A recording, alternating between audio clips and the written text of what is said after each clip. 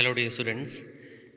This is Dr. Govind Saraswat, and in this lecture, we will talk about the life and achievements of the essayist A.G. Gardner and a brief summary of his essay on superstitions.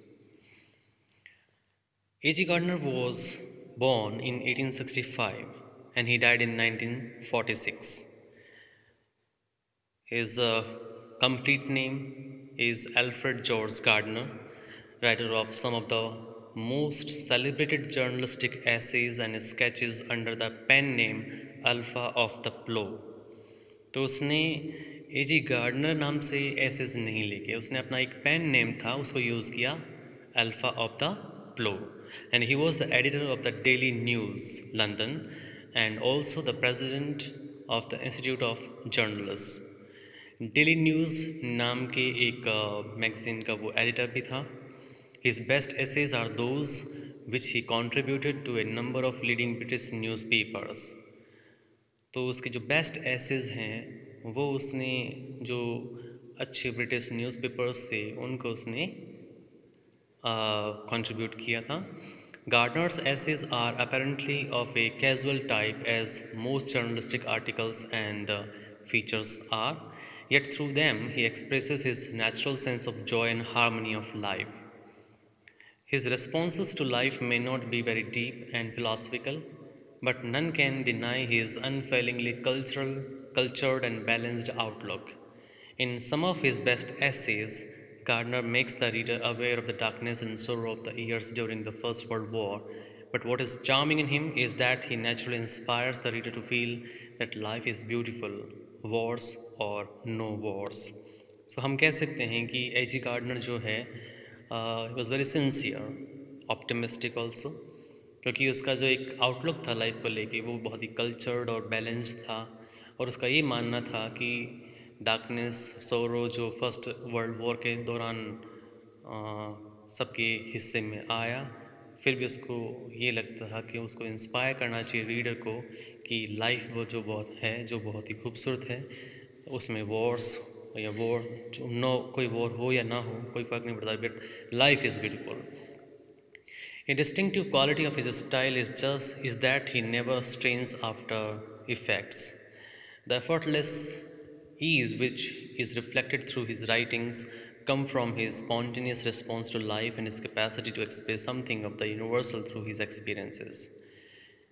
उसकी जो writing style थी ऐसा लगता था कि उसको प्रयास नहीं करना पड़ता, बहुत ईजी वे में वो लिखता था, और उसकी जो स्पॉन्टेनियस रिस्पॉन्स थे लाइफ को लेके और उसकी जो कैपेसिटी थी जो कुछ भी एक्सप्रेस करने की, वो सब उसने अपने अनुभव के आधार पे किया.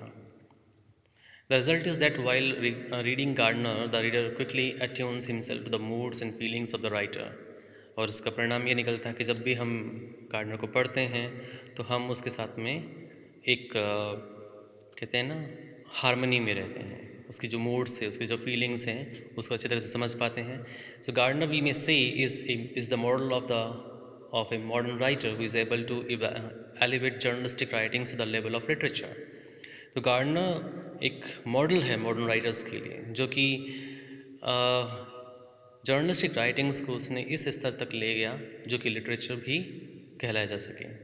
Gardner's style is the same as that of the most natural and intimate conversationalist. ऐसे लगता है जैसे बातचीत के लहजे में वो लिख रहा हो. His sentences are usually short and the figures are homely. The passage from the start of the essay to the end goes through well-arranged stages, in each of which we may mark a series of short sentences cleansed finely by a relatively long one. This arrangement, free from all sophistication, mirrors the essay's heart and mind. Occasionally there are learned allusions, but these harmonizes with the style and never give the impression of any flaunting of the essay's learning. तो allusions हमारे को कुछ बीच में देखने को मिलती हैं, लेकिन वो उसने अपना पेडांट्री शो नहीं किया उसके जरिए, वो उसकी स्टाइल का एक नेचुरल पार्ट है. So the essay on superstition by A.G. Gardner. Here we have the theme of fear, control, superstition, logic, tradition, insecurity and escape. यहाँ पे हमें बहुत सारी थीम्स देखने को मिलती हैं. हमें डर, कंट्रोल है, अंधविश्वास है, लॉजिक है, ट्रेडिशन है, एस्केपिज्म है, इसकी इनसिक्योरिटी, बहुत सारी थीम्स हमारे को इस ऐसे में देखने को मिलती है. The reader realizes after reading the essay that Gardner may be exploring the theme of fear. पढ़ने के बाद मुझे लगता है कि शायद गार्डनर डर की जो थीम है उसको एक्सप्लोर कर रहा है. Man has a fear of the unknown. इंसान को डर किसका लगता है? जो कि अननोन है उसको. And to elevate this fear he create superstitions. और इस डर को एलिवेट करने के लिए वो सुपरस्टिशंस क्रिएट करता है विच मे और मे नॉट काम हिज माइंड. हालांकि इससे उसके मन को शांति मिलती है या नहीं मिलती, कोई कुछ कह नहीं सकते. The walking of an individual around a ladder in the street rather than underneath the ladder is one of these fears or superstitions. So in this essay Gardner talks about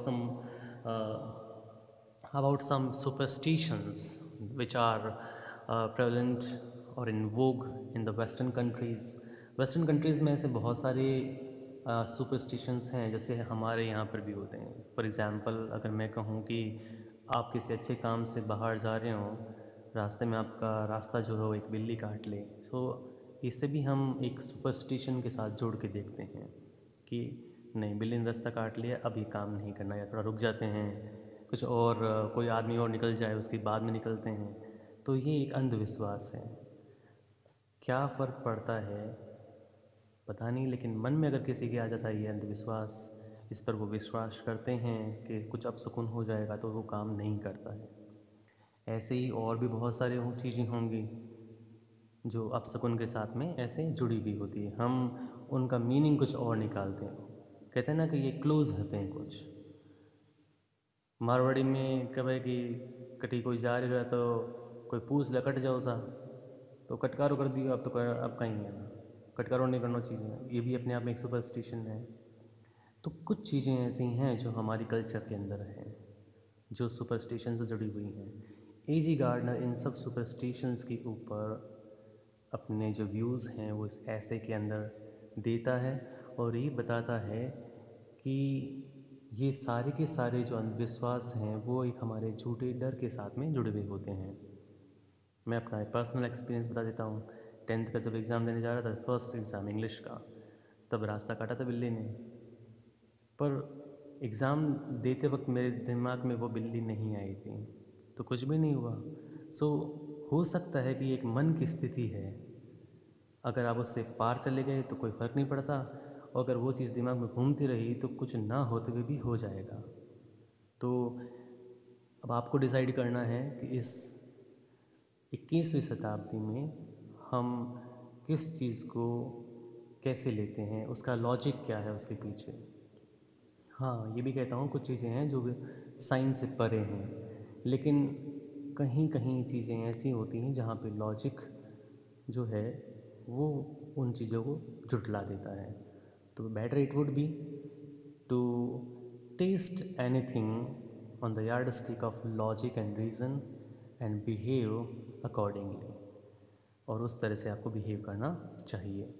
we will discuss the ऐसे in detail in the next lecture.